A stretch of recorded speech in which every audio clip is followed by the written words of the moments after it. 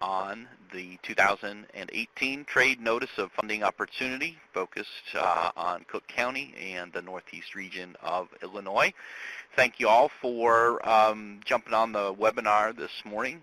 We're going to have this webinar will be recorded, and David Garvey with Illinois WorkNet is here to assist the technology side of things, and with us the subject matter experts in our trade unit in Springfield, Susan Boggs, Crystal Bigelow, and Sheila Sloan, along with our Assistant Deputy Director of Office Employment and Training, Jody Hunt. So can all of you on the line hear me clearly? And maybe if you are, okay, perfect. I am able to. Excellent. Thank you very much. All right. Excellent, excellent. And so I'll just ask our trade team as we go along, please feel free to jump in with additional comments and emphasis points or anything to clarify.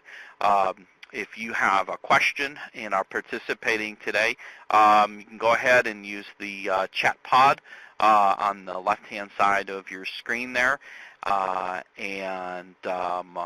Also, at the end of the show, if you're not able to stay for the entire webinar, there is some contact information at the end of the slide deck, and also that is listed within the Notice of Funding Opportunity document. Okay, with that, I think we'll go ahead and get started here. Don? Yep. Could we ask anyone that's on the line if they could just sign in the chat room so we can see who's joining us? Oh, great. Yep, that'd be a great idea. If you wouldn't mind doing that. And then if you could put your name and your organization, that'd be great. Thank you. All right, and while we're doing that, I'm going to go ahead and start with the presentation. And so this webinar is set up into two parts. The first part is focused around the Trade Act program and the specific requirements of this Notice of Funding Opportunity. The second part of the presentation is going to be more technical in nature, and we'll go through some of what we call the pre-award requirements for any state grant, and that is outlined in the Grant Accountability and Transparency Act. So I know from those of you signed in, I noticed some names there, and so thank you all for participating. This information may not be new to you, but this webinar is intended to kind of give everybody the kind of level ground of information that is going to be relevant for your application. So this part of the presentation will focus again on the requirements of the Trade Adjustment Assistance Program. And some background on the program. The Trade Act program has been around for over 40 years. It's been amended several times, and it provides assistance to workers who've become unemployed due to no fault of their own because of exports, imports, trade practices among countries, and you know, at times those trade practices and agreements can have impacts on American workers, and the shifts in production to foreign countries can occur, and unfortunately individuals can lose their jobs. So Congress established this program to assist those impacted workers find a new job. TAA offers, and I'm going to reference the Trade Adjustment Assistance Program, the Trade Program, TAA. We'll kind of use those interchangeably. So the trade program offers a variety of benefits, reemployment services to assist trade-affected workers and prepare them for reemployment. Now, to obtain these services, there is a formal process that individual companies and other state stakeholders will work with the U.S. Department of Labor to identify the situation, to see if it is applicable for the trade program to assist. So, just because your company is having a layoff doesn't necessarily mean that it is applicable or appropriate for Trade Act services. The layoff may be because of domestic competition as opposed to foreign competition and trade issues. So to receive services, a process of reviewing the situation through a petition process, and that's a process of documenting, what is the situation and submitting that information to the U.S. Department of Labor, and they'll make a formal determination, and what they'll do is it's called certifying a petition that, that layoff or that event is actually, trade impacted, and that opens the door for trade program services. So program services for job seekers is mentioned here. After a worker group is certified, each worker group that are laid off or threatened with layoff can get different type of services, and those are general services are summarized here. Could be income support through the trade readjustment allowances, job training assistance, out-of-area job search and out-of-area relocation assistance, health coverage tax credit, and that's, again, determined by the IRS. Wage supplement for older workers in the form of what's called RTAA for older workers, case management services, and travel to training reimbursements if eligible. Now, I want to point out that in this slide, you'll see the first bullet point here, income support in the form of trade readjustment allowances. That portion of the trade program, so it's similar to unemployment insurance, and that portion, so income support, that is administered through the Illinois Department of Employment Security, and so we administer the program as partners. The second bullet point, trade job assistance training.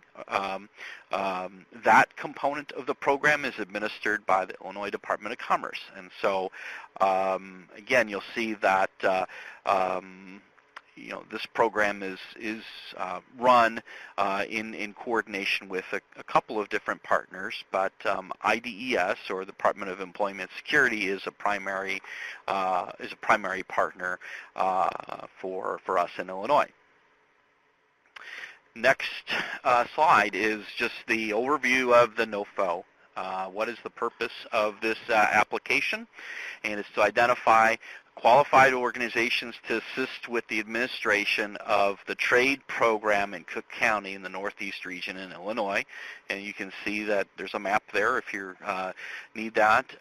We'll designate, it's anticipated that the department will designate a qualified organization to assist with the trade program administration, provide services to trade certified workers, and provide grant funding to support allowable TAA or trade program activities based on the level of trade program activities during the grant period.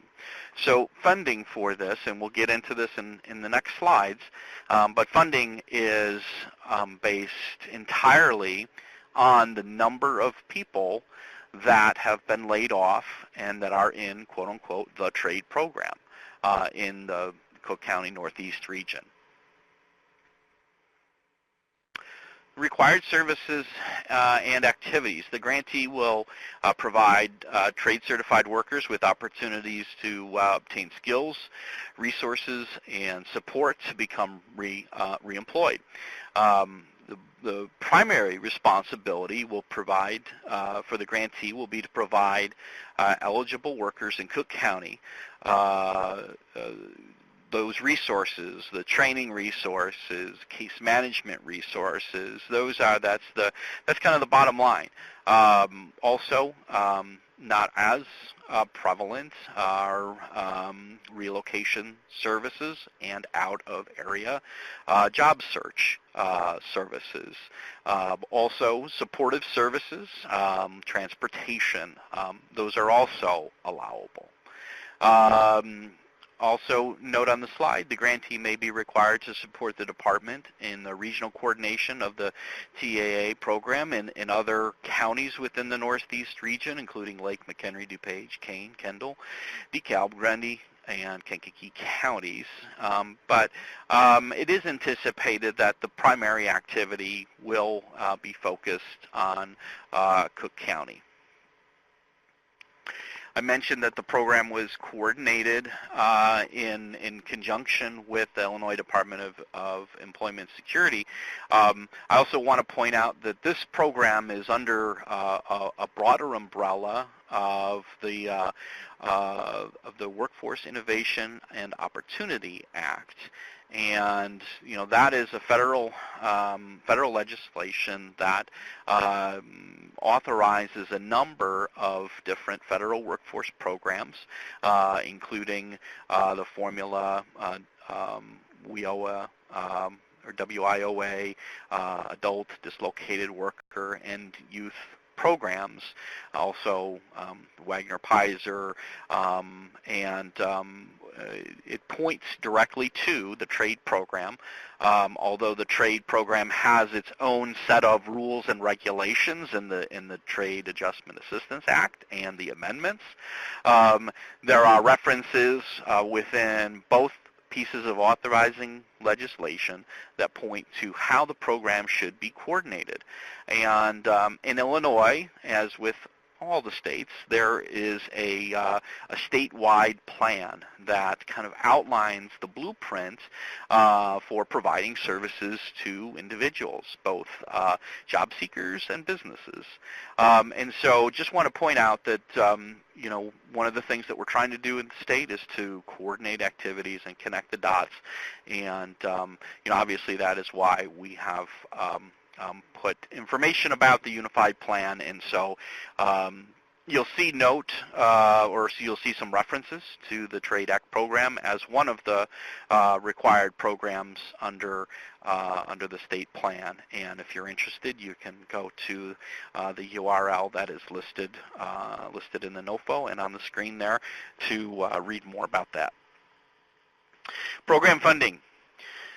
As I alluded to, the funding under this award will be made based on the amount of current and new TAA program activity. The organization that's selected under this NOFO will enter into multiple agreements with the State of Illinois Department of Commerce and Economic Opportunity. So the way that the trade program rules are established, it can be tricky. There are certain activities that are allowable under the rules, and under the trade program award, the state can provide funding for training, provide funding for out-of-area job search, out-of-area relocation services, approved travel. Those are the primary budget categories. There's a small amount of what we characterize as payment processing. So if you, as the organization that is awarded this this grant, part of your responsibilities is to work with job seekers and to help them identify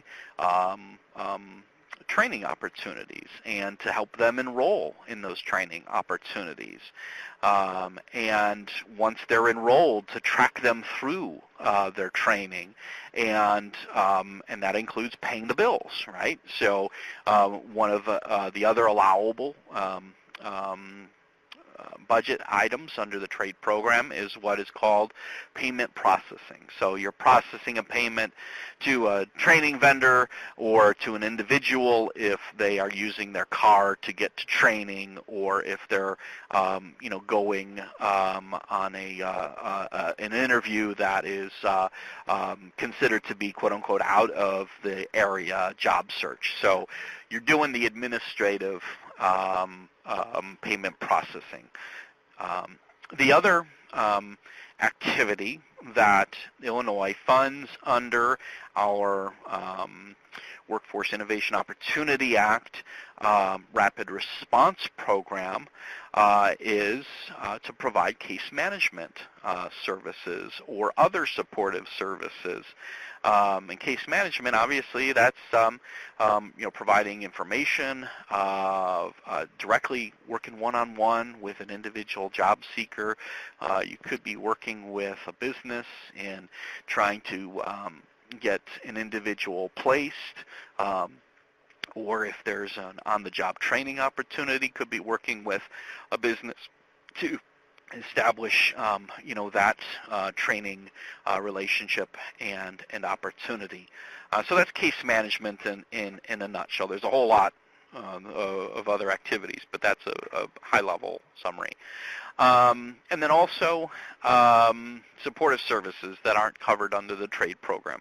Mentioned that trade will pay for travel, but they won't pay for other items such as like uniforms, or if you had like steel toe boots that was required for your job. I would mention that the trade program will pay for books and other training supplies that is required for the course of study, as long as it's included in the published syllabus and all of that. And there's a whole process to verify, that. But again, so the highlight of this slide is that the program, the activities that we expect the entity to provide is funded actually through at least 2 grants, one funded out of the trade program and one funded under rapid response. Program administration. So the trade program must be administered following the federal program regulations and the state of Illinois program policies and procedures.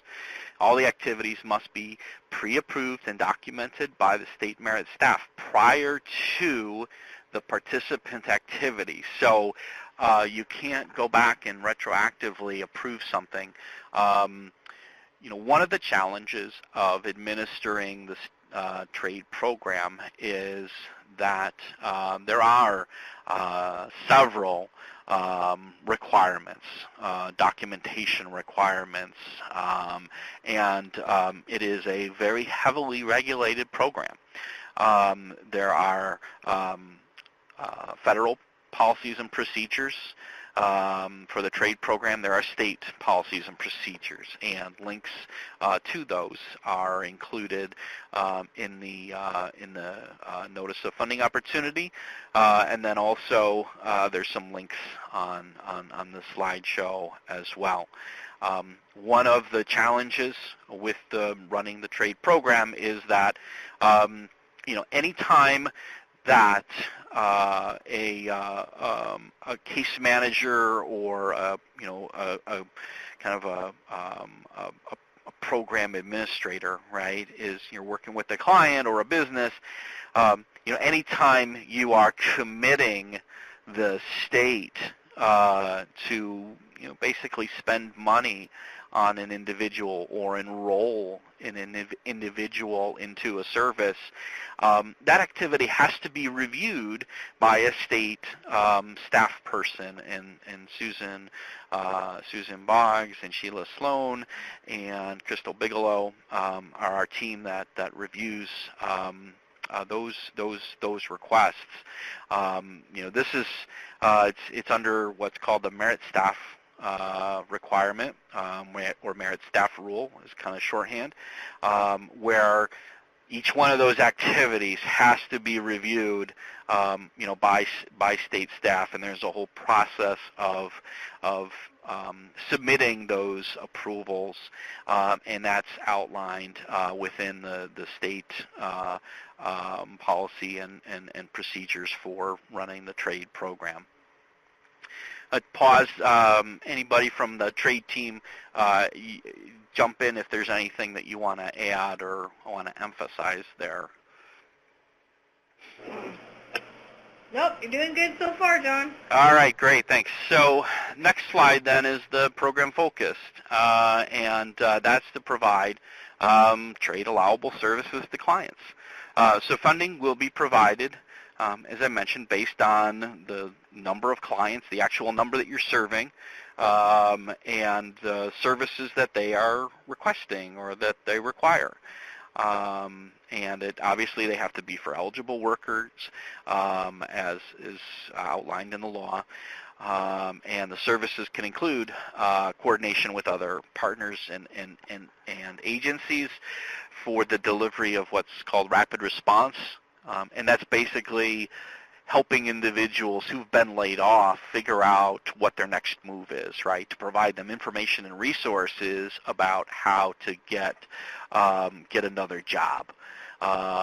Information, again, about benefits and services. Making appropriate referrals to other partners and agencies. So if you have if there's a layoff of a company that maybe is a metal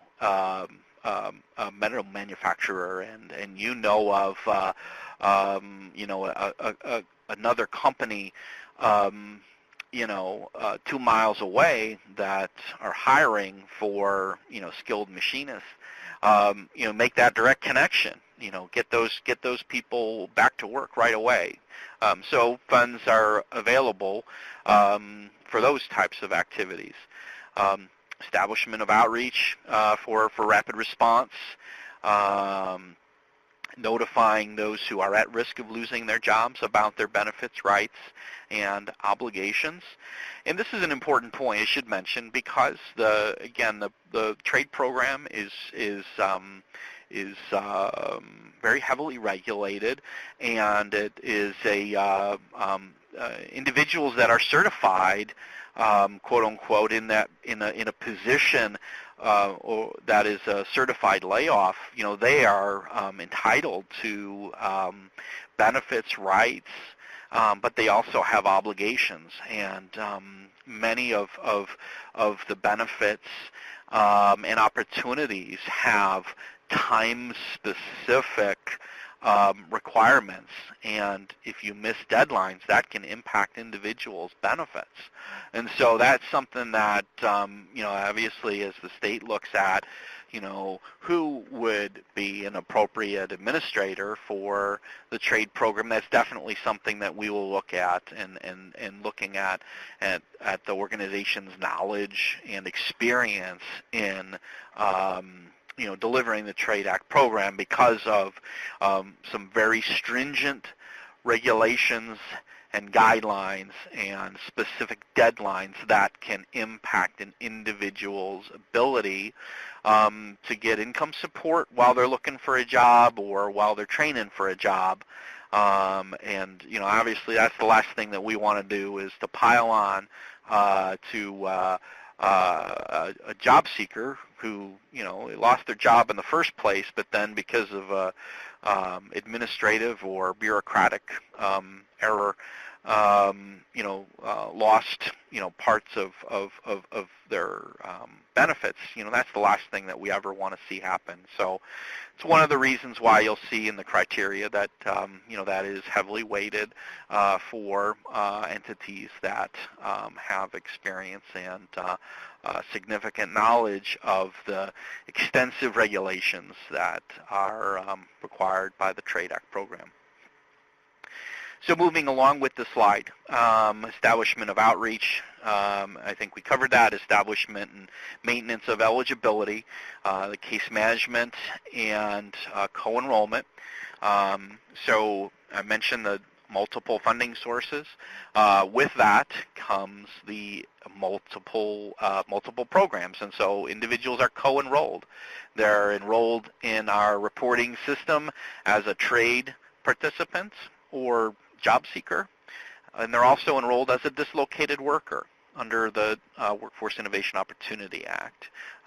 So they're actually co-enrolled, and we utilize a system called the Illinois Workforce Development System, and that is a secure system to document individual eligibility as well as document the services that are provided, as well as document case notes and other activities, and utilize that heavily as part of that state merit approval process that is required of this entity to complete that review process for every client, every time.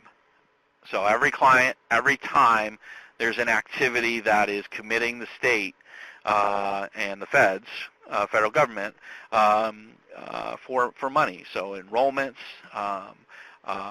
additional services, transportation services, if there are other factors involved, and the rule of thumb is always if there's a question, always contact our trade unit staff regarding merit approval. Again, just because of the sensitivities around the date requirements and the potential for individuals to miss dates and impact eligibility of services. Obviously, talked about providing eligible workers with job retraining and related expenses, including tuition, supplies, training, related consumables, providing eligible workers with transportation and or subsistence, providing eligible workers with out-of-area job search allowances and relocation allowances as applicable, and as individuals are determined eligible for that. Other program focuses provide payment processing services. I alluded to this when we talked about the budget. Grantee will facilitate the issuance of payments for allowable training activities. So for training providers, books, supplies, transportation, out-of-area job search, out-of-area relocation reimbursements. And the state has procedures and forms for each one of these, and so that would be an expectation of the entity to follow the procedures and approval requirements for each. Next program focus is to provide program reporting. I mentioned that all of the official reporting documentation occurs within the Illinois Workforce Development System. That is a requirement, an expectation of the entity to utilize that system. That system information is then reported up to the U.S. Department of Labor and used for congressional reports and other administrative reports about the program. Crystal Bigelow is our kind of our expert around reporting and grants and ensuring that you have all of the information about an individual and the services that they are provided, and I can assure you that if the entity that is selected will be working extensively with Crystal and the team as you put together your funding applications and ensure that you have the appropriate documentation for each customer, and that is the level of detail that is expected for the entity that is selected. Just to go through this slide, grants will support administrative payment processing activities. Funding is will be funding to support both the training and the other activities will be pulled out of the state's accounting system, and our accounting system is through the grant reporting system.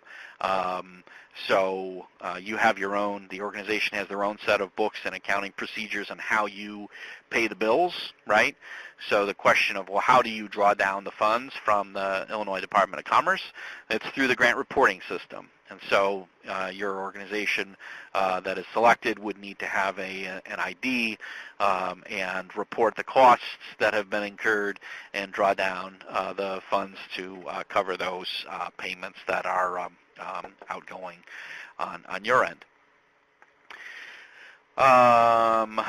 Let's see. Application requirements. So now we're going to talk a bit about the Notice of Funding Opportunity itself. And you'll note that this Notice of Funding Opportunity, or NOFO as it's shorthand, it's similar to other competitive NOFOs that the Department of Commerce Office of Employment and Training has released in the last year or two. One of the things that we're trying to do is standardize our processes for all funding opportunities, and that's why we're having this webinar and why we utilize the template that is established by the Office of Management and Budget under kind of the umbrella of the Grant Accountability and Transparency Act.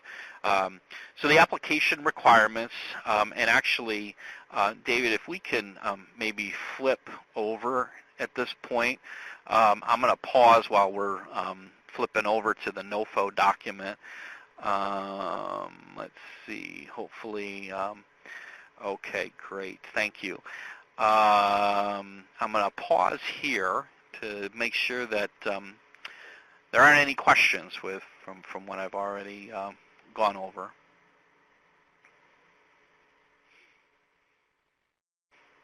Okay, so we'll keep at it here. So hopefully you have had an opportunity to browse through the Notice of Funding Opportunity. I'm just going to walk us through the screen here. We're not going to read through anything particularly, but I do want to highlight some of the key elements. So the program description, the slides previous highlighted a number of the key requirements that were pulled out. For more information on what we've talked about, definitely go back to the NOFO. In page 6, we have a listing of the websites for the program rules and regulations, and the requirements of this NOFO are that the entity that is selected will have extensive knowledge of those rules and requirements.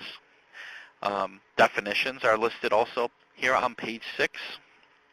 And so you'll see, for instance, on top of 7 here, health coverage tax credit is a service that is provided, and it's defined here. Most of these definitions are right out of the regulations.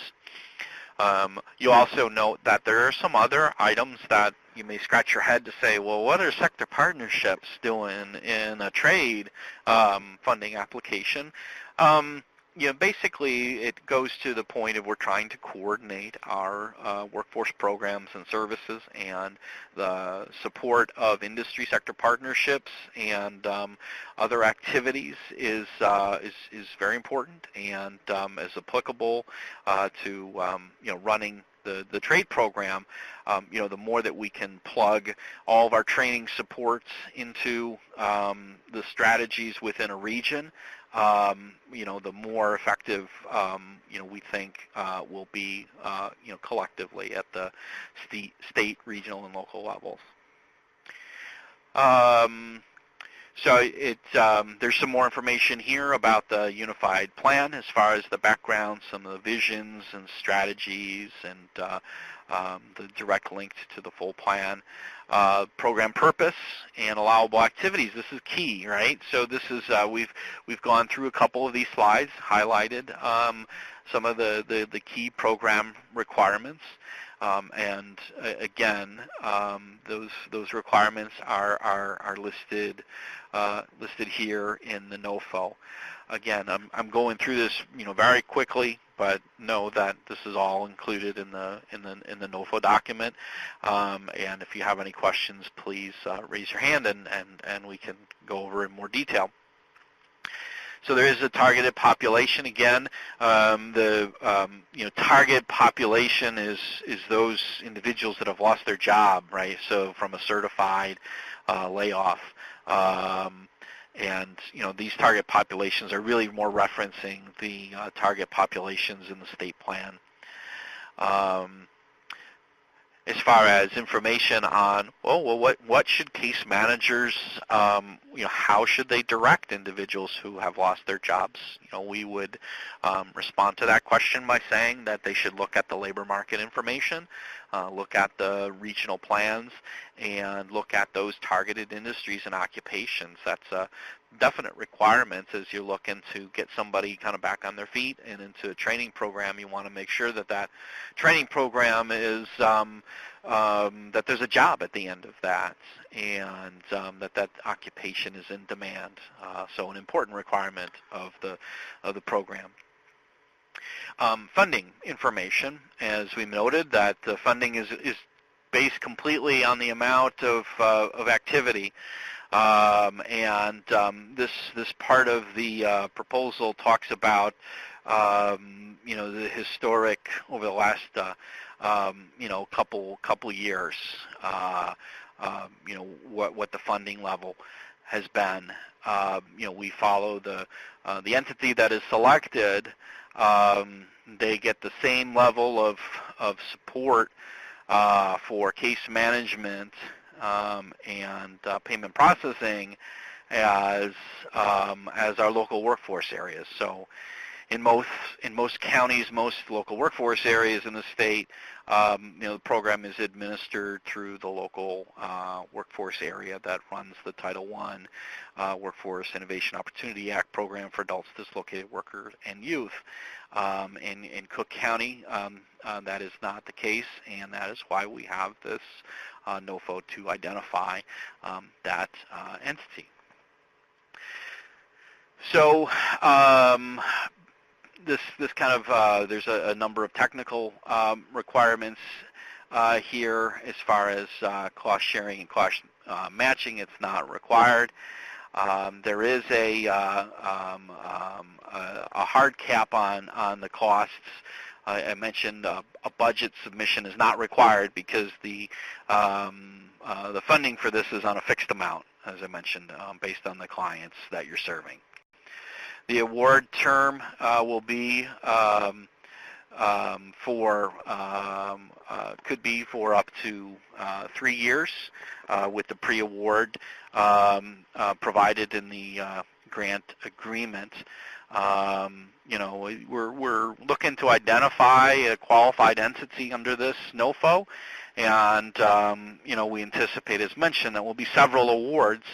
And based on performance, we want to, extend the opportunity as applicable, or kind of renew the, renew for a number of years, so perhaps 2 to 3 years, identifying an entity. and that is currently the case. So we did have a NOFO a number of years ago that identified an organization that is providing the services now. So as part of this, the expectation is that there are a number of existing customers. There's more than more than what is it, Susan? More than I want to say more than 400 clients in the Cook area now.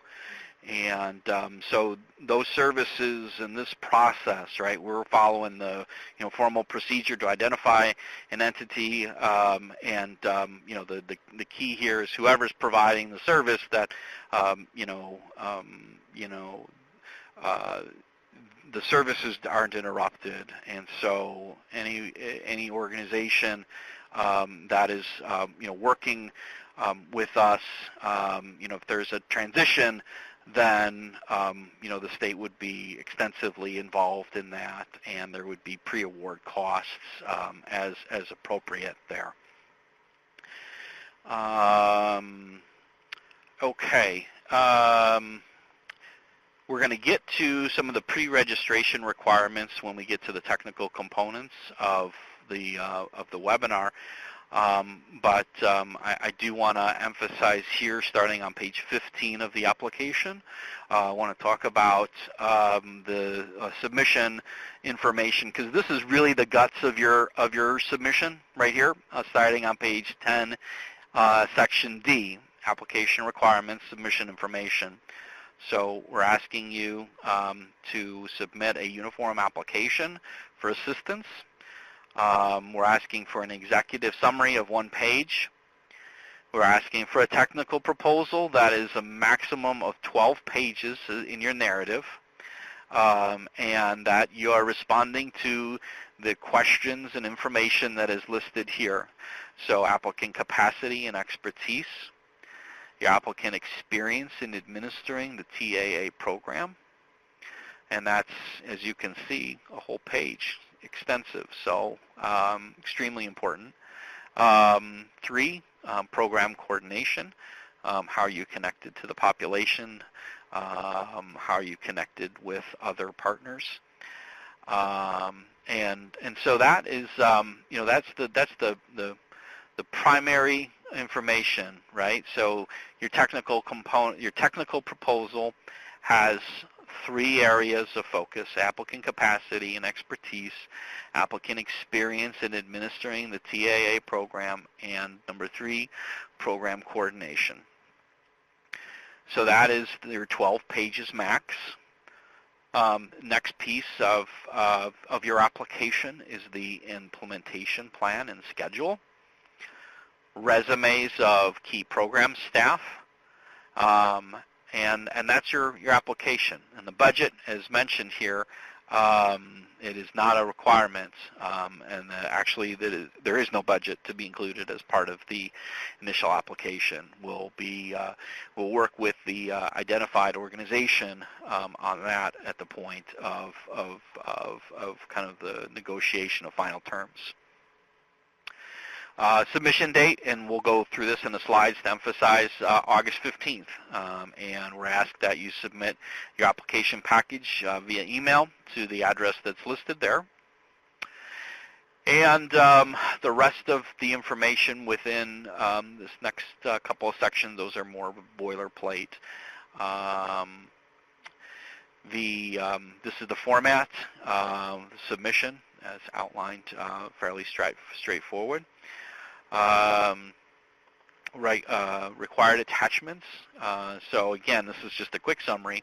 We need the signed application, which is basically a cover sheet, right, with a signature from an authorized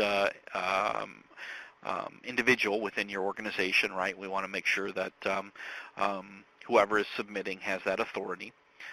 So signed application, the 1-page executive summary, your up to 12 pages of technical proposal, your implementation plan, and the resumes of program staff. So noted that there are some page limits there on the executive summary and technical proposal. Those page limits don't apply. Your whole package, right, is going to be more than 13 pages, right? So your signed application actually is probably 4 or 5 pages. Implementation plan, that could be several pages. Resumes and program staff, that could be several pages. Those other, the application, the implementation plan, resumes, other attachments, that does not count against your page limits. Okay? So the applicant review information, you'll note that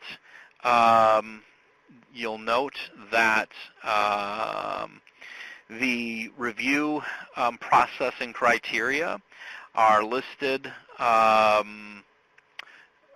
here, and there's a direct correlation here with the categories for the evaluation with the requirements of your technical proposal, right? So you'll see here applicant capacity and expertise, applicant experience, and program coordination. We outline the review and selection process, and so we do have a team of staff within the Department of Commerce and Economic Opportunity that will review the proposals based on the criteria that's listed above on page 18 and 19. And then we identified an entity that is best suited based on the criteria to move forward into grant negotiations.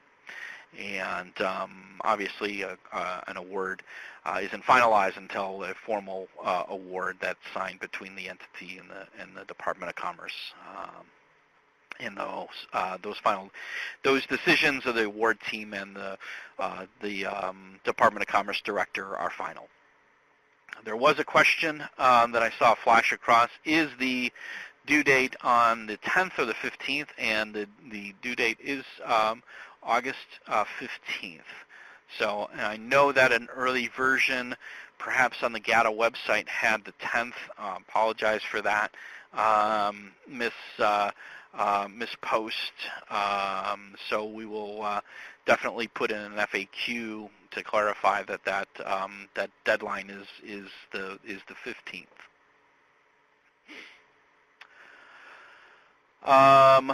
Okay, so the rest of this is just boilerplate and expectations of grantees, but it's important nonetheless. I don't want to diminish the importance, right, because it talks about the logistics of the award and our expectations. This is, as I mentioned, a heavily regulated program. State grant awards are very detailed. It is the process and procedures are dictated through the Office of Management and Budget, and an award agreement is, upwards of 40-plus pages, plus attachments and other kind of addendums. The project is, as we mentioned, we require merit staff approval on a daily basis for this entity. So for every person, every job seeker, every transaction, everything requires merit staff approval. Also requiring approval are quarterly reports, summary activity from a programmatic and a financial standpoint. We also have monitoring. Monitoring is a broad category, right? So merit staff approval, that's a form of monitoring right there. So program is monitored on a daily basis, but we also have formal programmatic and fiscal monitors that will come and review the program on site, occasionally on a desk review off-site, and then there are monitors at the state and also at the federal level. Listed here on page 20 are the federal requirements. I should note that this isn't a, there may be, other applicable requirements that would be included in the grant award, but this is just to give you an idea of the different requirements that are included. So the list is significant, no doubt. State awarding agency contact is Crystal Bigelow and the rest of our trade team in Springfield. And this is just the standard disclaimer about the department reserving the right to request additional information from applicants as part of the grant recommendation and negotiation process. The proposals are subject to the Freedom of Information Act, so if you have any proprietary information, I don't think that's really applicable in this case. But if you do, you need to clearly notify that or identify that within in the application, and we'll work with our legal folks and how to handle that as it relates to any Freedom of Information requests. And then the acronyms listed in the NOFO are listed here. Here's your alphabet soup for the week, right? And then listed in the appendix, I mentioned how this program, we're again trying to coordinate with other activities and initiatives within the state, and career pathways is one of them.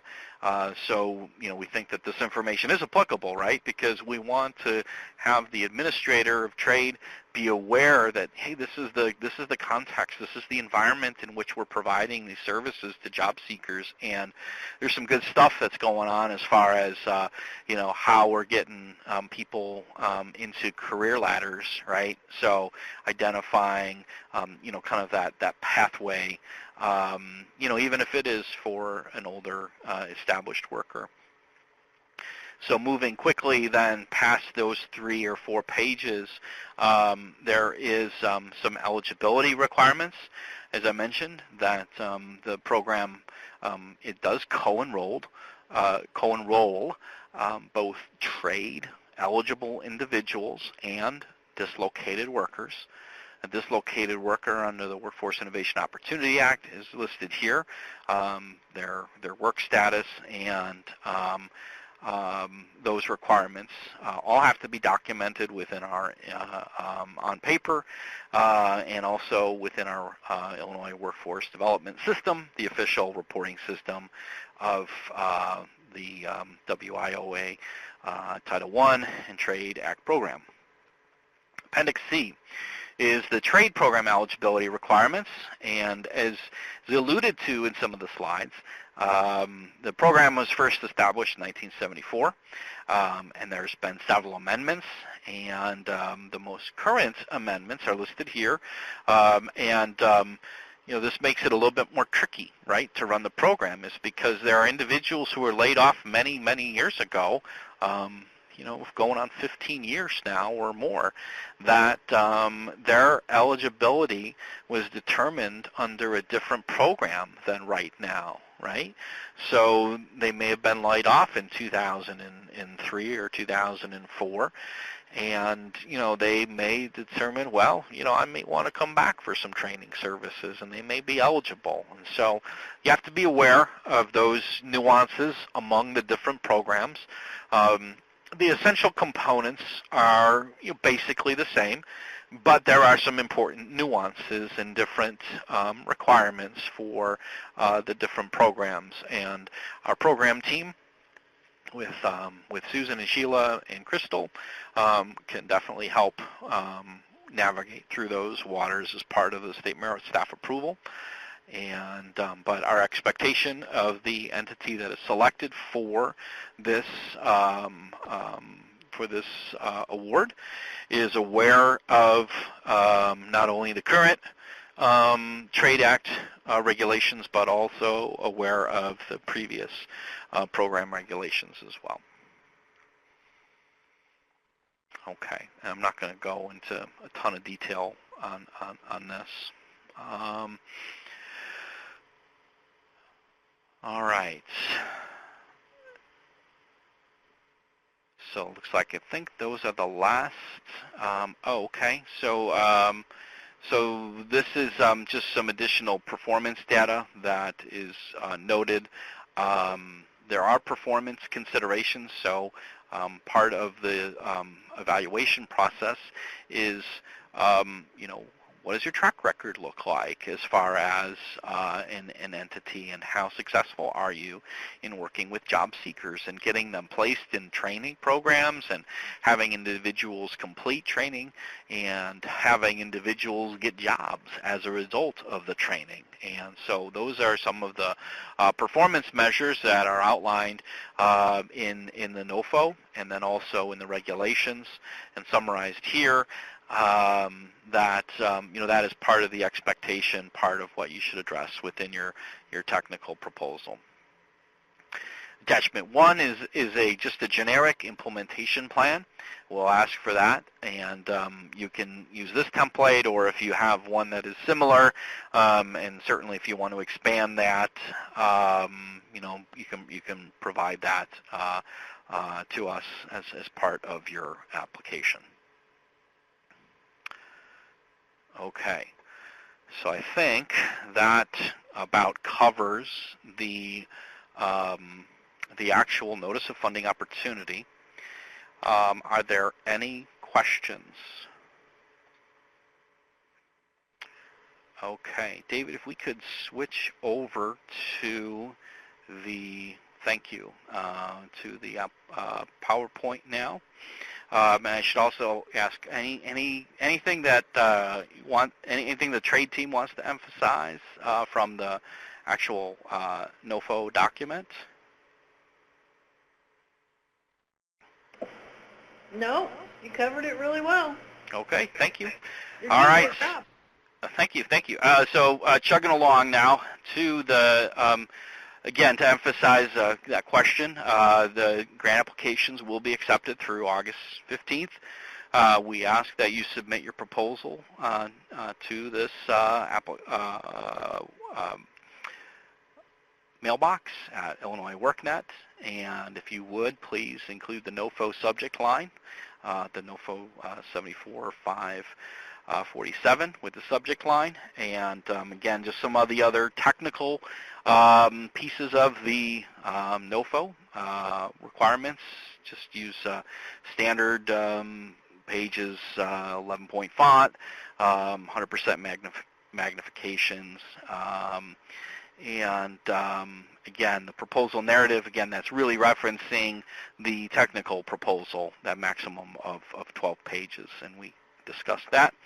And then we also ask that, you know, help us out with your application, and so if you can, if you have your application printed out, would recommend that you just do a scan all, you know, put your page numbers and then scan it, and if you can submit one document, that'll be very helpful for the evaluators and the team here as we look to, you know, compile the applications from a logistics standpoint.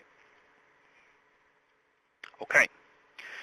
So we are halfway through the webinar now, and I would say for, you know, in the interest of time, for those entities that have submitted state grants before, and particularly state grants with the Office of Employment and Training, you'll note that this next section of slides are you know, basically the same slides that we have used over the last 6 to 9 months. We're going to go through this part of the slide presentation to go through some of the technical pre-award requirements, so if you are an entity that have seen these slides before, I won't be offended if you drop off the call, but you're absolutely welcome to stick on, and you know, and if you have any questions, you certainly will be able to address those at the end. And actually, before we get into the second part, we'll take another pause here to see if there are any technical or other questions thus far. Give that opportunity for some if you want to bolt.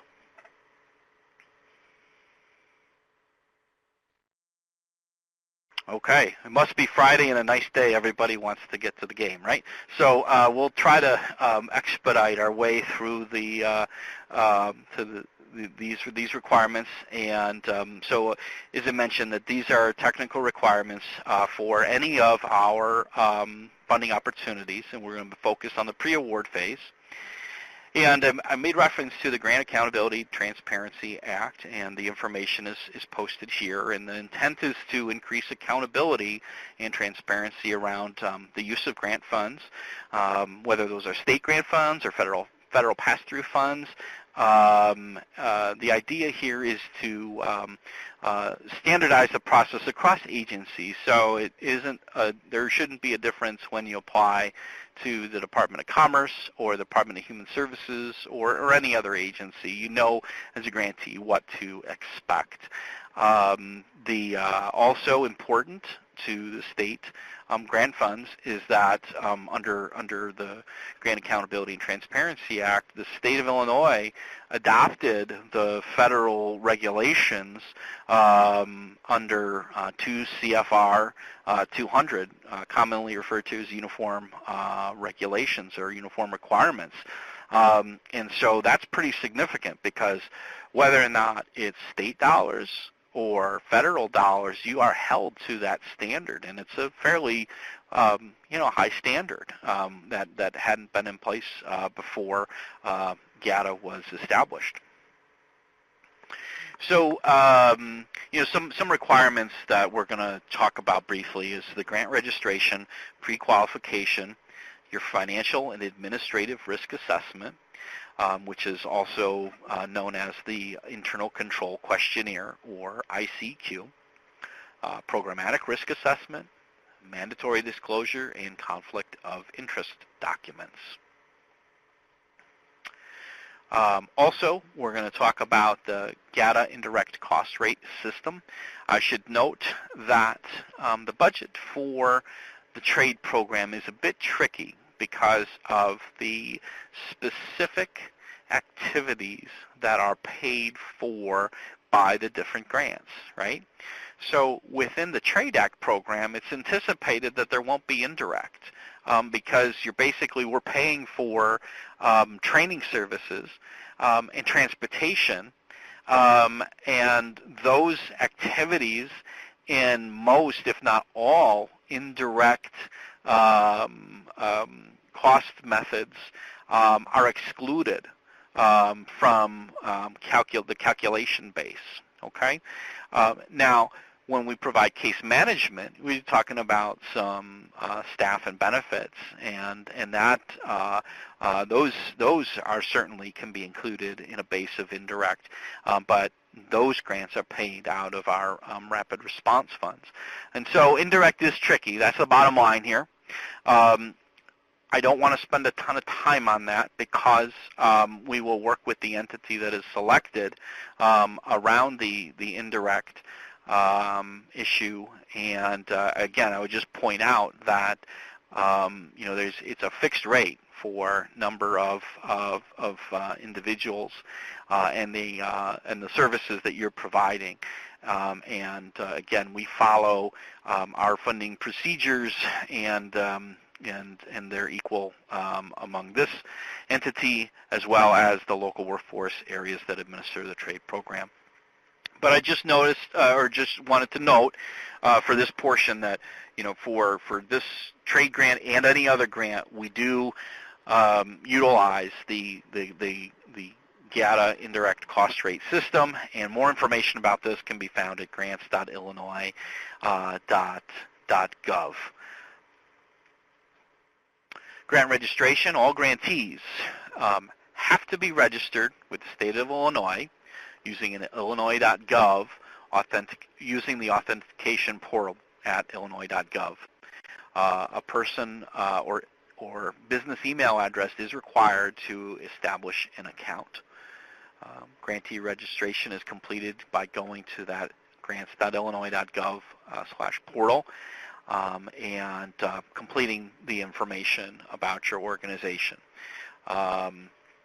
completing the registration process triggers the grantee pre-qualification verifications emails, a series of emails, which we will ask, the state will ask for your DUNS number, your SAMS account.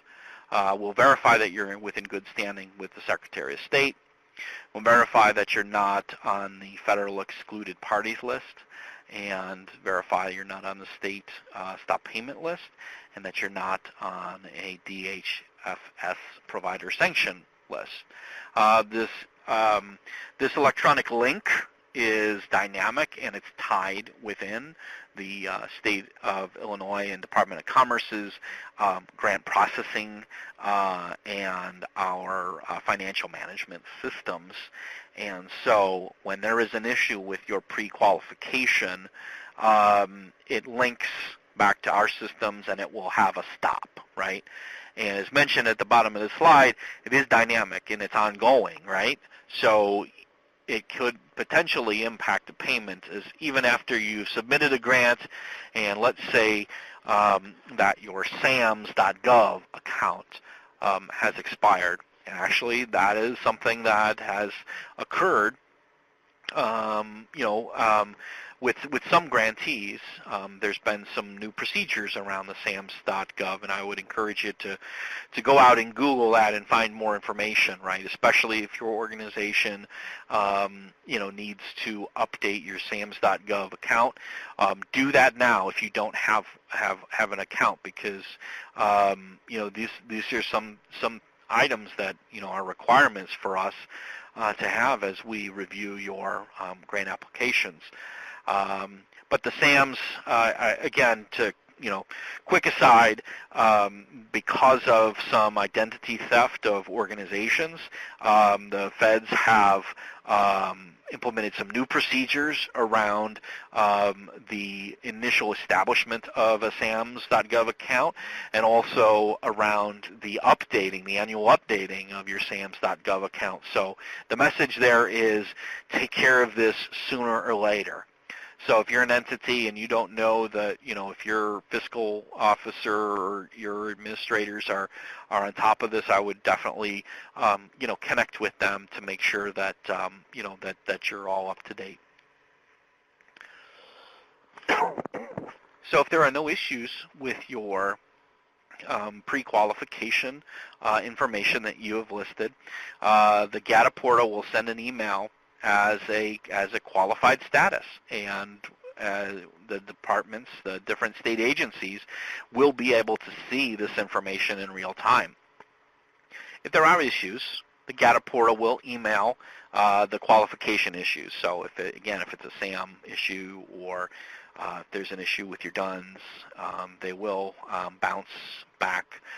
send a bounce back email to the entity that is completing this. So again, another key piece of this, especially for new organizations, is to make sure that when you are doing this pre-qualification and registration, that you really have your fiscal officer or someone with some, kind of longevity, who, checks their email, because some of the automatic notices will go back to that individual via email.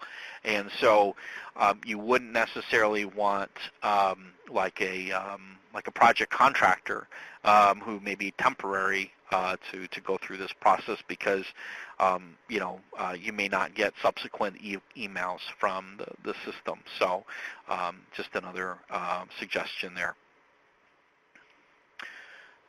Another piece of the GATA requirement is looking at the risk of grantees. So one of the purposes of the new procedures is to do a better job at identifying risks and identifying organizations that may be a little bit more risky than others in awarding grants.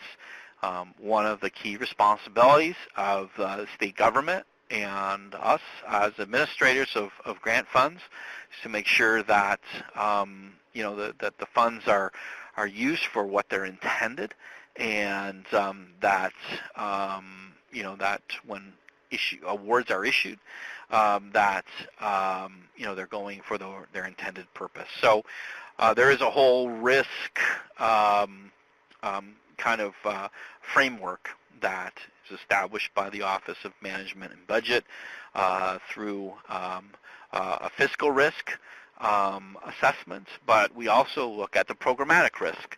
And so starting with the fiscal risk, this is an automated thing through the GATA portal. Grantee accesses the internal control questionnaire from the grantee portal, and it's a series of about 30 or 40 questions. It should be completed by a fiscal administrator or someone in a leadership position within the organization. And it is looking at your organization as a whole, right? So your whole entity, not just one division, right? So the intent is to identify how is your organization equipped to administer state funds, right? What are your internal financial policies and procedures and controls and audits and all the types of things that you do to be good stewards of taxpayer dollars and regular grant funds that are needed for the operation of your organization. So all agencies will use the results of the internal control questionnaire. That is completed by your organization on an annual basis. And the information that is generated from there identifies areas of risk, and those risks will generate out on a report, and we will look at those at the Department of Commerce, and we'll consider that as part of the review process, right? So for every risk that is identified from both the financial and the programmatic risk assessment, we do have to document those, and sometimes they become additional considerations or conditions within the grant agreement, and other times we're able to waive the condition because of a certain piece of information that we may be aware of about your organization, or if we talk to you and are able to document that you have controlled for the identified risk in another fashion. So that's the financial internal control questionnaire. The programmatic risk assessment is handled somewhat similarly, but this one is based on an agency-wide basis. So we utilize at Department of Commerce. We actually use a SurveyMonkey tool that will go through about 20 to 30 questions, and we'll talk about, or we'll identify risks in your organization, identify your capacity to administer the grants, and the funding. And then the risk profiles are determined based on these factors, and as I mentioned, we'll review those and work with you as part of the grant negotiation process. Indirect costs, I mentioned, we'll talk about that, once the award is made. But just a quick highlights, all grantees have to use a standardized process of identifying, how they handle indirect costs. And that's even if you don't intend to use an indirect or request indirect back from a grant. And you've got a couple of different options there.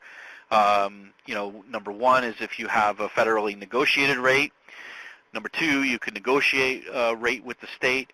Number three, you could use the standard 10% de minimis rate.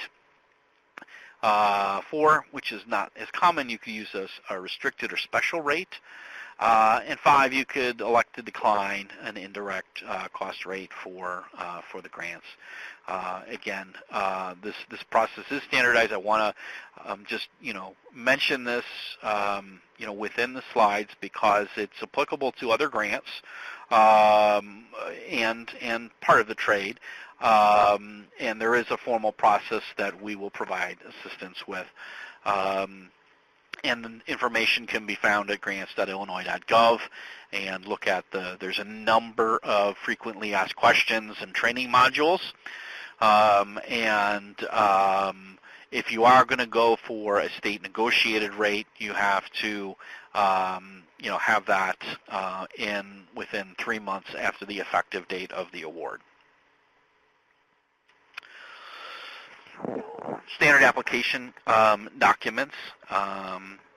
We've gone through the NOFO in detail here, and there is actually, for your information, part of the benefits of the Grant Accountability and Transparency Act is that the state developed a listing or a catalog of grant opportunities, catalog of state financial assistance. So if you click on this website, it will take you to a site that has all of the open funding opportunities.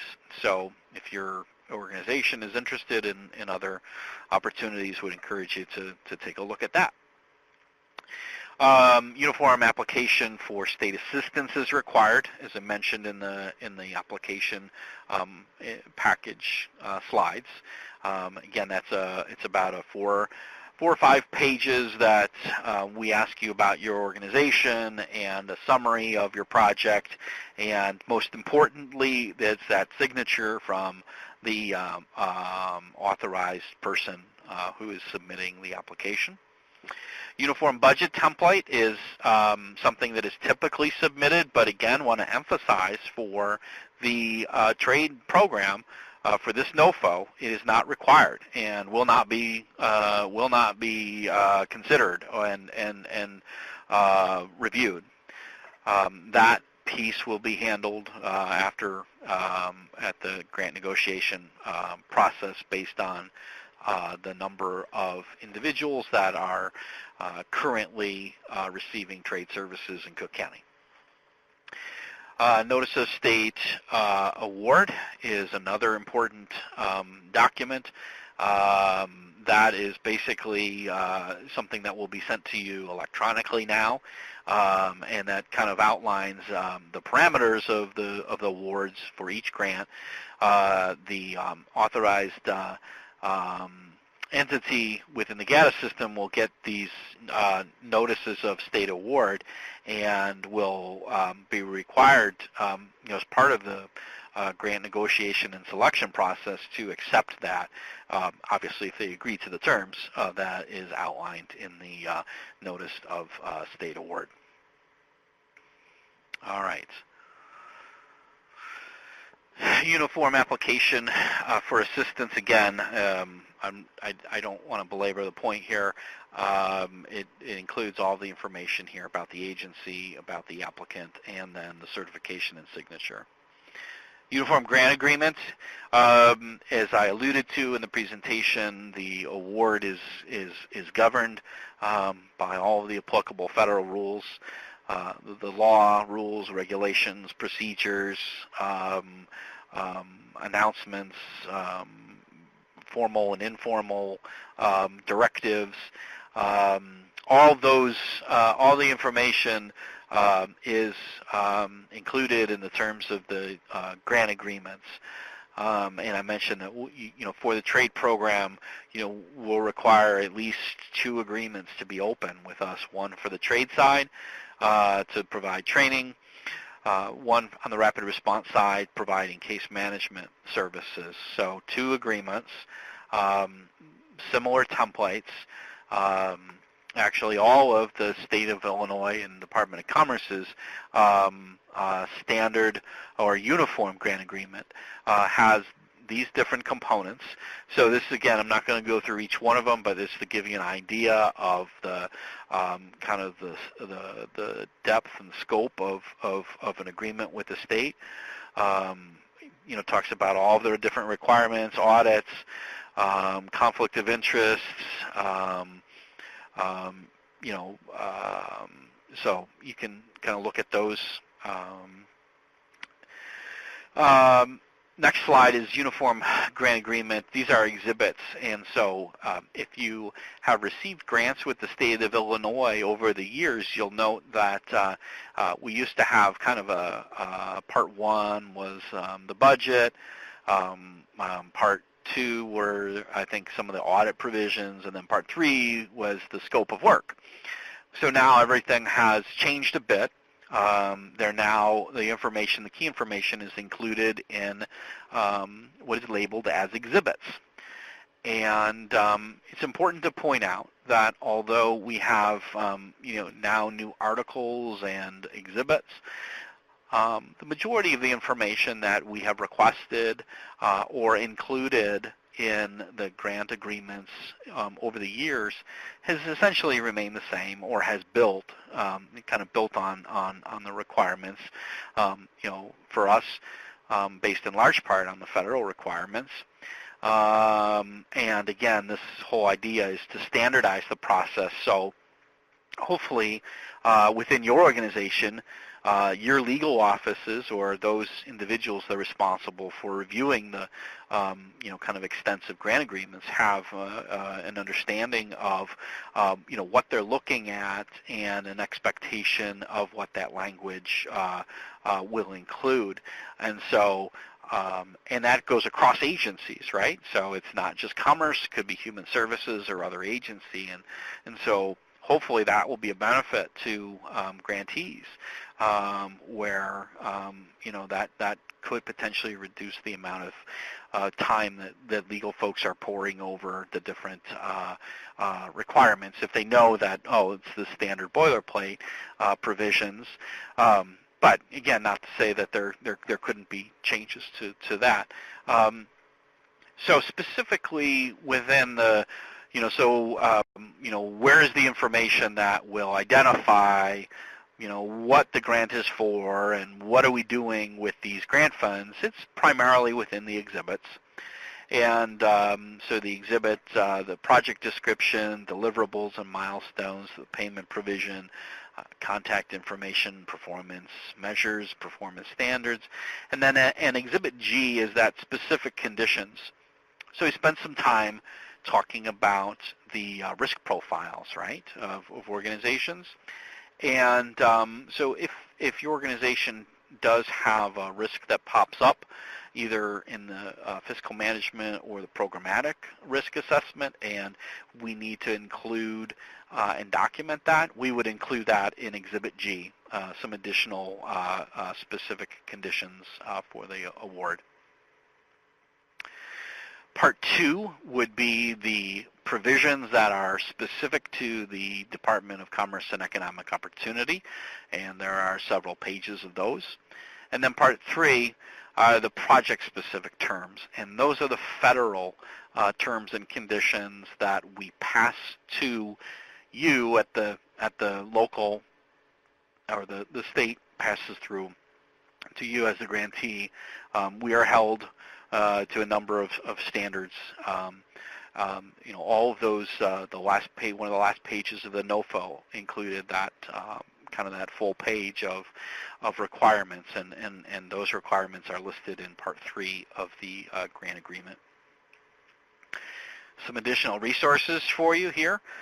I would point out that second resource, the www.illinoisworknet.com/GATA, there are a number of training modules and other resources for new grantees and existing grantees. There's a whole different section around financial management and considerations around indirect as well. And then obviously these are some other great resources, not only for trade grants, but for other workforce grants as well. And for more information on this specific funding opportunity, Crystal Bigelow on the program side, and email her there. And then on the logistics and grant management and financial management side, if you want to go ahead and you can email me, the address listed there. Okay, so that concludes the formal part of the application information or bidders conference. We've got at least a half hour here if there are any questions, and happy to entertain those or any comments or additional areas of emphasis from the trade team in Springfield.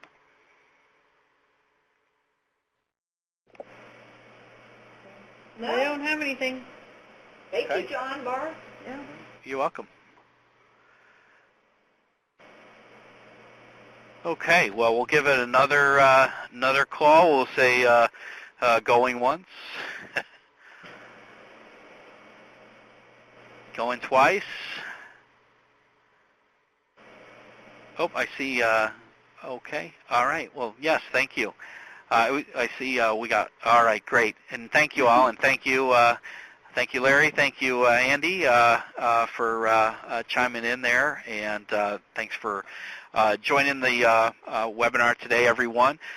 This webinar was recorded, and hopefully the technology will work, and we'll be able to post this on the NOFO webpage.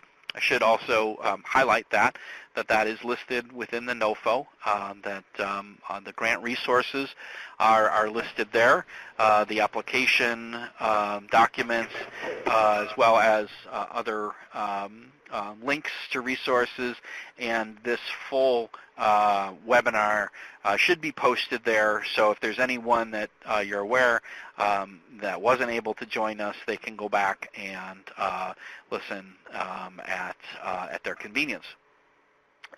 So with that, I will say thank you again, and have a great weekend, and best wishes. Thank you.